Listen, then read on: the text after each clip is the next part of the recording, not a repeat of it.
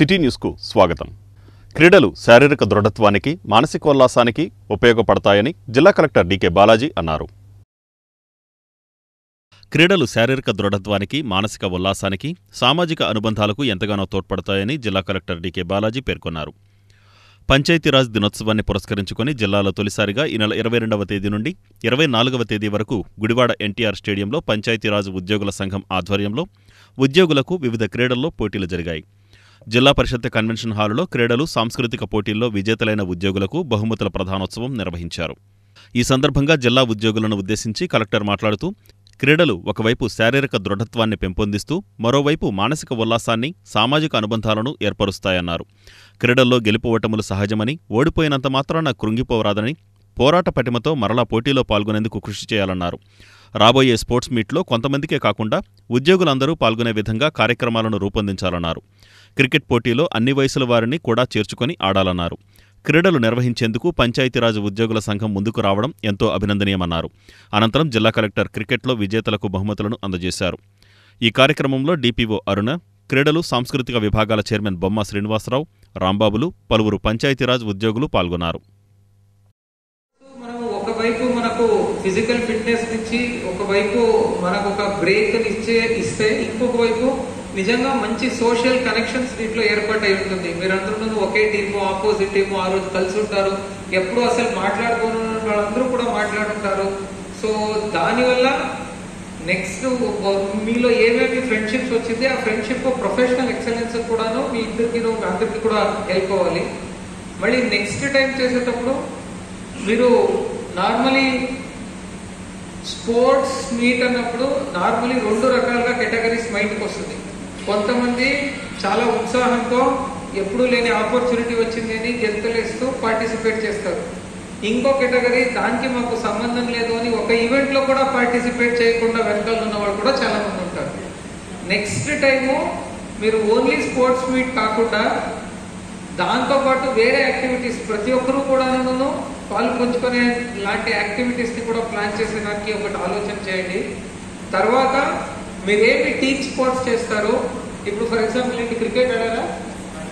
Okay, cricket ఆడినప్పుడు cricket టీంలో కంపల్సరీగా ఇంతమంది ఫీమేల్ పంచాయత్ సెక్రటరీస్ ఉండాలి, ఇంతమంది ఫీమేల్ పంచాయత్ సెక్రటరీస్ లో 40 years దాటిండే వాళ్ళు ఇంతమంది ఉండాలి అని ప్రతి ఒక్కరిని ఇంక్లూడ్ అయ్యేటట్టు మీరు ప్లాన్ చేసుకుంటే అది నిజంగా మీ ఒక స్పోర్ట్స్ మీట్ ఒక అర్థం ఉంటుంది. లేదంటే ఇది కొంతమంది మాత్రమే ఆడుతూ మనం అందరూ కూడా పాల్పంచుకోవాల్సి దీంట్లో గెలుపు ఓటమి.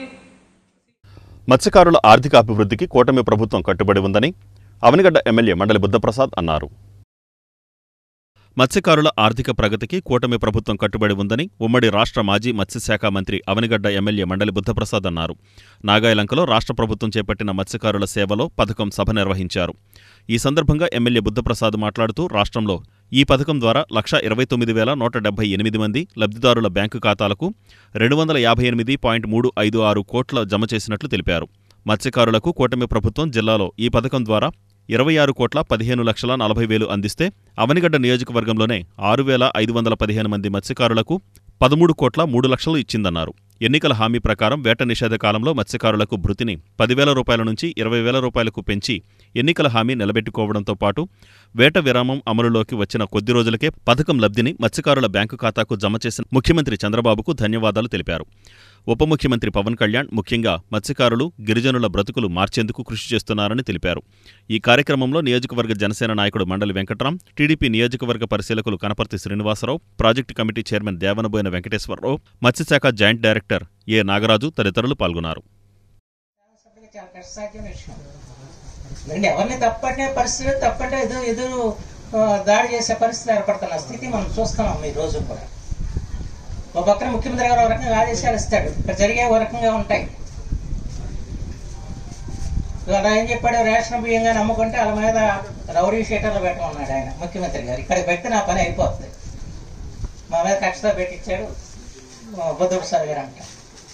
ఈ రకంగా వాళ్ళ పరిస్థితులు ఉన్నప్పుడు ఈ పరిస్థితిని చక్కదిద్దాలంటే వెంటనే అయ్యేది కాదన్నది అర్థం అవుతుంది నాకు కూడా. ఎందుకంటే నేను ఎన్నికైన వెంటనే ఎన్నికైనా ఒక సక్రమైన పత్రాలు తీసుకొస్తానని చెప్పి అనుకున్నాను, కానీ చేయలేకపోతాం. కానీ ఖచ్చితంగా చేస్తాం, దాంట్లో ఎటువంటి సందేహం లేదు. ఒక సంవత్సరానికైనా కూడా మొత్తం వ్యవస్థలన్నీ కూడా పక్కన తీసుకొచ్చే ప్రయత్నం చేస్తాం. దాంట్లో దాని దగ్గర ఎప్పుడు రాజీపడే మనిషిని కాదు. ఎక్కడ కూడా ఇవాళ ఆమరగడ్డ నియోజకవర్గంలో శాంతి భద్రతలకు నా ప్రాధాన్యత, అది మాత్రం మీరు గుర్తుపెట్టుకోండి. మీరు కూడా గమనించాలి మత్స్యకార సోదరులు, మీరు కూడా కొన్ని కోరికలు కోరుతూ ఉంటారు. తలవగ్యం అనుకోండి, తగాదాలు జరుగుతూ ఉంటాయి. ఉదాహరణ ఏదో ఉత్సవం జరిగితే మాకు ఏంటది, ఇప్పుడు ఏదో మైక్ సెట్ ఉంది, దాని పేరు డీజే కావాలి, ఆ తర్వాత డ్యాన్సులు కావాలి. ఆ డ్యాన్సులకి మళ్ళా గొడవలు, మొన్న దేందాయలపురంలో గొడవ జరిగింది. దయచేసి ఆటి జోలికి వెళ్ళమాకండి. మన ఎలా అభ్యున్నతి సాధించాలన్నదా ఆలోచించకుండా తప్ప ఏదో కాసేపు తాత్కాలిక ఆనందం కోసం అనవసరమైన గొడవలకు మాత్రం దయచేసి వెళ్ళొద్దని మత్స్యకార సోదరులందరికీ నేను శిరస్సుంచి నమస్కరిస్తూ చెప్తున్నాను. ఎందుకంటే ఇక్కడ పూర్వం ఎంత కట్టుబాట్లు ఉన్నాయో చెప్పడానికి లేదు. మత్స్యకార గ్రామాలు, కొన్ని గ్రామాలు అయితే ఆ రోజున మద్య నిషేధం అని చెప్పి పెట్టేస్తే ఆ ఊళ్ళో ఎక్కడ కూడా సారా అమ్మిన పరిస్థితి లేదు, బ్రాంచీ షాప్ తెరిచిన పరిస్థితి లేదు. ఎవరైనా కర్మజాలకి ఎవరైనా తాగితే వెంటనే కట్టుబాట్లు చేసేవాళ్ళు, వాళ్ళ మీద జరిమానా కూడా చేసే పరిస్థితి ఉంది. ఆ రకంగా కట్టుబాట్లతో ఉన్న ఈ మత్స్యకార వర్గం వాళ్ళ కట్టుబాట్లన్నీ కూడా చెదిరిపోయినాయని చెప్పి మాత్రం మనం చేస్తాం. మీ సమస్యలు మీరే పరిష్కారం చేసుకునే స్థితిలో అయిపోయి రోజు పోలీస్ స్టేషన్ చుట్టూ తిరిగే పరిస్థితి వచ్చిందంటే ఇది చాలా బాధాకరమైన విషయం అని చెప్పి మాత్రం మీ అందరికి మనం చేస్తాం. మీ అందరూ మత్స్యకార పెద్దలు అని చెప్పి తిరిగి చాలా మంది ఉన్నారు, మా వేదిక మీద ఉన్నారు, వేదిక ముందు మన రాజుగారు లాంటి వాళ్ళు ఉన్నారు అందరూ. కానీ ఏంటి మీరు మత్స్యకార పెద్దలే ఉండి కొంచెం కట్టుబాట్లు పెట్టాల్సిన అవసరం ఉంది కదా. ఆర్థికంగా వారికి అండా ఉండాలని చెప్పి మొట్టమొదట చంద్రబాబు నాయుడు గారు దాన్ని ప్రవేశపెట్టారు. అటువంటిది ఈ రోజున దాన్ని 20,000 రూపాయలు చేసి మన కుటుంబాలకి అండగా నిలబడాలని వారు ఇచ్చినందుకు వారికి మరొకసారి ధన్యవాదాలు తెలియజేసుకుంటూ, కూటమి ప్రభుత్వానికి ధన్యవాదాలు తెలియజేసుకుంటూ, మనం ఒక్కటే ఈరోజు మన రాష్ట్ర ఆర్థిక పరిస్థితి అనేక ఇబ్బందులు ఉంది. రోడ్లు చూసుకుంటే గుంటలమయం. గత 5 సంవత్సరాల్లో మనం తిరిగి బయటకు వచ్చేసరికి ఇప్పుడు ఏ రోడ్డు చూసినా గుంటలే. అటువంటిది ఇప్పుడు ఒక్కొక్క రోడ్డుని బాగు చేసుకుంటానికి ప్రయత్నం చేస్తూ, అదే విధంగా ఇందాక పీసీ గారు చెప్పినట్టు అవుట్ ఫాల్స్ లూయిస్ అవనివ్వండి, అదే విధంగా కరకట్లు అవనివ్వండి, ఇట్లా ఒక్క సమస్య కాదు, అనేక సమస్యలు ఉన్నాయి, అనేక ఇబ్బందులు ఉన్నాయి. ఈ ఇబ్బందులు అన్నప్పటికీ ఈ రోజున మనకి 6,500 మందికి లబ్ధిదారులకి ఈ రోజున 20,000 చొప్పున కేవలం మన ఒక నియోజకవర్గానికి 13 కోట్ల రూపాయలు ఈ రోజున అకౌంట్ లో వేశారంటే అది కేవలం మన మీద ఉన్న, మన కుటుంబాల మీద ఉన్న ప్రేమతో ఈ రోజు ఈ కూటమి ప్రభుత్వం వేసిందని మనం అందరం కూడా గమనించుకోవాలి. తప్పకుండా రాబోయే రోజుల్లో ఈ ఉన్న సమస్యలన్నింటినీ కూడా పరిష్కరించుకునే విధంగా ఈరోజు మన నాయకులు, ఇటు శాసనసభ్యులు అవనివ్వండి, పార్లమెంట్ సభ్యులు అవనివ్వండి, అదే విధంగా మన ముఖ్యమంత్రి, ఉప ముఖ్యమంత్రి గారి సహకారంతో మన ప్రాంతాన్ని కూడా త్వరలో అభివృద్ధి చేసుకోవాల్సిన అవసరం ఉంది, చేసుకుంటామని. ఆల్మోస్ట్ ఈ మధ్యాహ్నం సీఎం గారి ప్రోగ్రాము 1 గంటకు అయినప్పటి తర్వాత నుంచి వాళ్ళ ఖాతాలో నేరుగా జమ చేయడం జరిగింది. అంటే ఇది కాకుండా ఇక్కడ ఆవడిగడ్డ ప్రాంతంలో ఈ తీర ప్రాంత గ్రామాల అభివృద్ధికి సంబంధించి 4 కోట్ల రూపాయలు కూడా శాంక్షన్ అయ్యని వర్కులు టెండర్స్ కంప్లీట్ అయ్యని తెలిసింది. నేను ఈ జిల్లా కొత్తగా వచ్చాను, ఇప్పుడే సార్ అడుగుతున్నా చెప్తున్నాను, కొత్తగా వచ్చి 20 రోజులు అయింది జిల్లాకి. తర్వాత ఇంకా ఇక్కడ ఏదో మా అధికారులు చెప్పారు, ఇక్కడ ఆర్ఐడిఎఫ్తో బిల్డింగ్ ఏదో స్టార్ట్ చేసి సగంలో ఆగిపోయిందని, అది కనుక్కొని వెంబడి నేను పూర్తి చేయడానికి ప్రయత్నం చేస్తాను సార్. అంటే ఈ వేట నిషేధ సభలో ప్రతి ఒక్కరూ కూడా నేను మత్స్యకారులు కోరేది ఏమంటే దయచేసి, అంటే ఈ మధ్యకాలంలో కొన్ని ఫైల్స్ చూసినప్పుడు ఈ కాలంలో చేపలు వేటాడడం చేయొద్దండి ఎవరు కూడా. దయచేసి మనకు చాలా ముఖ్యమైన అంటే తర్వాత తరాలకు మత్స్య సంపద కావాలంటే ఈ గుడ్లు పెట్టే దశలో 1 కేజీ చేప దాదాపు 1,00,000 గుడ్లు పెడుతుంది. అంటే మనం దాన్ని తీసుకొచ్చి ఇప్పుడు తెలుసో మనం వేటాడితే తర్వాత తరాలకు చేపలను ఇప్పటికే ఈరోజు మధ్యాహ్నం జరిగిన సందర్భంలో మన మత్స్యకారులు చెప్తున్నారు, మాకు గతంలో మాదిరి అనుకున్నంత వేటకెళ్తే మత్స్య సంపద రావడం లేదు, ఇబ్బందులు పడుతున్నాం, అంటే రేట్లు పెరిగాయి, మాకు ఇబ్బందులుగా ఉన్నాయి. అంటే మనకు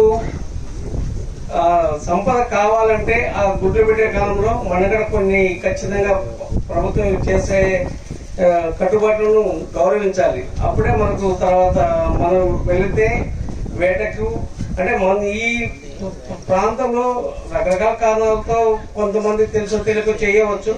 దయచేసి మత్స్యకారులందరినీ కోరుకున్నది ఒకటే, ఈ సమయంలో ఎవరు కూడా పహల్గాం ఉగ్రదాడి ఘటనపై నాగాయలంక ఆర్యవైశ్య సంఘం కొవ్వొత్తుల ప్రదర్శన నిర్వహించింది. పహల్గాం ఉగ్రదాడి ఘటనపై నాగాయలంక ఆర్యవైశ్య సంఘ నాయకులు శ్రీ వాసవి కన్యకాపరమేశ్వరి దేవస్థానం నుంచి కొవ్వొత్తుల ప్రదర్శన నిర్వహించారు. పహల్గాం ఉగ్రదాడి ఘటనలో మరణించిన మృతుల ఆత్మశాంతి కలగాలని కోరుకుంటూ పాక్ ప్రేరేపిత ఉగ్రవాదానికి వ్యతిరేకంగా నినాదాలు చేశారు. ఈ కార్యక్రమంలో ఆర్య సంఘ నాయకులు చిట్టా నాగేశ్వరరావు, చిట్టా అన్నపూర్ణయ్య, సోమశేఖర్ ఆది ప్రముఖులు పాల్గొన్నారు. చేపల వేట నిషేధ కాలంలో మత్స్యకారులు ఇబ్బంది పడకుండా ఒక్కొక్కరికి 20,000 రూపాయల చొప్పున ప్రభుత్వం అందించడం పట్ల మత్స్యకారులు హర్షం వ్యక్తం చేస్తున్నారు. చేపల వేట నిషేధ కాలంలో మత్స్యకారులు ఇబ్బంది పడకుండా రాష్ట్ర ప్రభుత్వం ఒక్కొక్కరికి 20,000 రూపాయలు ఆర్థిక సహాయం అందించడం పట్ల మత్స్యకారులు హర్షం వ్యక్తం చేస్తున్నారు. మత్స్య సంపద సంరక్షణకు సముద్ర తీర ప్రాంతాల్లో ప్రతి సంవత్సరం ఏప్రిల్ 15 నుండి జూన్ 14వ తేదీ వరకు చేపల వేట నిషేధం విధించబడుతుంది. జిల్లాలో మచిలీపట్నం, కోడూరు, నాగాయలంక, కృత్తివెన్ను మండలాలు తీర ప్రాంత మండలాలు ఉన్నాయి. జిల్లాలో 2,263 బోట్లు ఉండగా 13,331 మంది మత్స్యకారుల పేర్లను అధికారులు అప్లోడ్ చేయగా అందులో 13,077 మందిని ఈ సంవత్సరానికి వేట నిషేధ భృతికి అర్హులుగా గుర్తించడం జరిగింది. ఒక్కొక్కరికి 20,000 రూపాయల చొప్పున జిల్లాలో 26,15,40,000 రూపాయలను లబ్ధిదారుల ఖాతాలో జమ చేశారు. ఈ సందర్భంగా గెలకలదిండికి చెందిన సైకం ఆంజనేయులు, వాడపల్లి రమేష్ మాట్లాడుతూ చేపల వేట తమ జీవనాధారమని, వేట నిషేధ కాలంలో గతంలో ఇస్తున్న 10,000 రూపాయలను కూటమి ప్రభుత్వం 20,000 రూపాయలకు పెంచి అందించడం చాలా సంతోషంగా ఉందన్నారు. మాది మచిలీపట్నం గెలకలిండి గ్రామం అండి. నా పేరు వాటపల్లి రమేష్. గతంలో 2014లో నారా చంద్రబాబు నాయుడు గారు మత్స్యకారులని వాళ్ళ కష్టాలను గుర్తించి 50 సంవత్సరాలకే పెన్షన్ మంజూరు చేయడం జరిగిందండి. ఆ రోజుల్లో 2,000 ఇచ్చేవారు. ఇప్పుడు దాన్ని 4,000గా పెంచి మత్స్యకారుని ఆ రకంగా ఆదుకోవడం జరిగింది. అలాగే ఈ రోజున మళ్ళీ మత్స్యకారుని మళ్ళీ గుర్తించి ఇవాళ కోస్తా తీరంలో పడుతున్న బాధల్ని ఇవాళ ఆయన గమనించి గతంలో బియ్యం రూపంలో ఉన్న ఆ పథకాన్ని బ్యాన్ పీరియడ్లో బియ్యం మాత్రం ఇచ్చేవాళ్ళు, దాన్ని 4,000 రూపాయలు చేసింది ఆ రోజుల్లో ఆయనే. ఆ తర్వాత ప్రభుత్వాలు 10,000 రూపాయలు చేసిన దాన్ని మళ్ళీ రెట్టింపు చేసి మత్స్యకారుల కష్టాన్ని గుర్తించి 20,000 రూపాయలు పెంచిన నారా చంద్రబాబు నాయుడు గారికి ఈ సందర్భంగా మా మత్స్యకారుల తరపున అందరి తరపున మేము కృతజ్ఞతలు తెలియజేస్తూ, అలాగే డిప్యూటీ సీఎం పవన్ కళ్యాణ్ గారికి కృతజ్ఞతలు తెలియజేస్తూ, అలాగే మా మంత్రివర్యులు కొల్లు రవీంద్ర గారికి ఈ సందర్భంగా మరి ఈ సమస్యలన్నింటినీ కూడా అసెంబ్లీలో ప్రస్తావించి మరి అగ్నికుల క్షత్రియ కుటుంబాలకు సంబంధించిన ఏ ఒక్క సమస్యనైనా ముఖ్యమంత్రి వర్యులకి దృష్టి తీసుకెళ్లి ఈ సమస్యలు తీర్చిన మా కొల్లు రవీంద్ర అన్నకి ఈ సందర్భంగా కృతజ్ఞతలు తెలియజేస్తూ. నా పేరు సైకం ఆంజనేయులు. మచిలీపట్నం గెలకలదిండి బోట్లు యూనియన్ ప్రెసిడెంట్ని. మాకు ఇవాళ గవర్నమెంట్ పెట్టింది పండగ దినం మాకు. ఎందుకంటే 10,000 నుంచి 20,000 చేశారు. ఇలా చేస్తారని ఊహించలేదు, కానీ చాలా ఇది చేశారు. కానీ మాకు చాలా సంతోషంగా ఉంది. మన కొల్లు రవీంద్ర గారికి, మన ముఖ్యమంత్రి చంద్రబాబు నాయుడు గారికి, మన పవన్ కళ్యాణ్ గారికి మా కృతజ్ఞతలు. ఆయనకి చాలా నమస్కారం పెట్టి ఇచ్చారు. మాకు చాలా సంతోషంగా ఉంది. వాళ్ళ ఇదే సంతోషం ఇంకా కొనసాగించాలి, ఇంకెక్కువగా చేయాలని ఆశిస్తాం. అంత గవర్నమెంట్ బాగుండి ఇంకా పెంచాలని చూస్తున్నాం. చాలా సంతోషంగా ఉంది sir. Thank you sir CM గారు, కళ్యాణ్ గారు. నాగాయలంక మండలం గణపేశ్వరంలో శ్రీ దుర్గా నాగేశ్వర స్వామి వార్ల కళ్యాణ మహోత్సవం ఘనంగా నిర్వహించారు. నాగాయలంక మండలం గణపేశ్వరంలో దుర్గా నాగేశ్వర స్వామి వార్ల కళ్యాణ మహోత్సవం వైభవంగా జరిపారు.